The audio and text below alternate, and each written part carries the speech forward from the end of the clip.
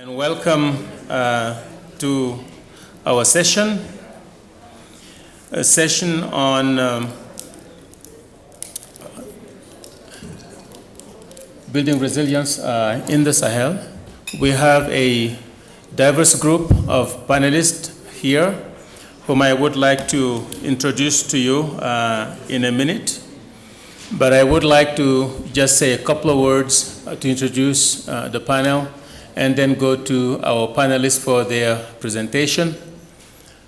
As a Sahelian, but also as somebody who's been working in development for very many years, I truly believe that it is just not acceptable that any little shock in the Sahel leads to significant suffering for a lot of people.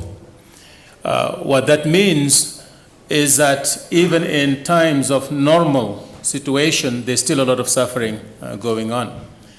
So what I hope our panel will be discussing, and you will help us even take into greater length, is how can we address not just the shocks that we're talking about here, but also the stressors that make sure that any little tiny change just has huge, considerable ramification.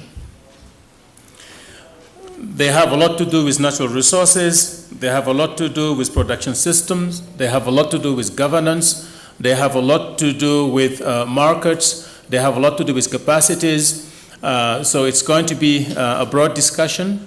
But what we would like to invite our panelists to do, but also you as the audience in your questions, is to be a little bit more action-oriented, a little bit more future-oriented, not a diagnostic of the situation, but what can we do better?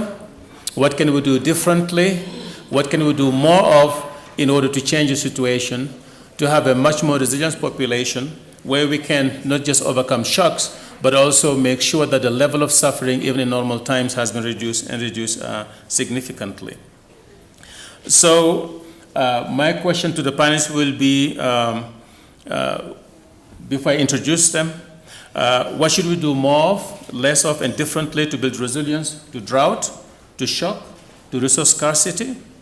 What needs to be done more and better to fill the gaps in research, policy, and programming? And each one of you in your different areas, you're doing something, you're doing tremendously for the region, and we thank you for that.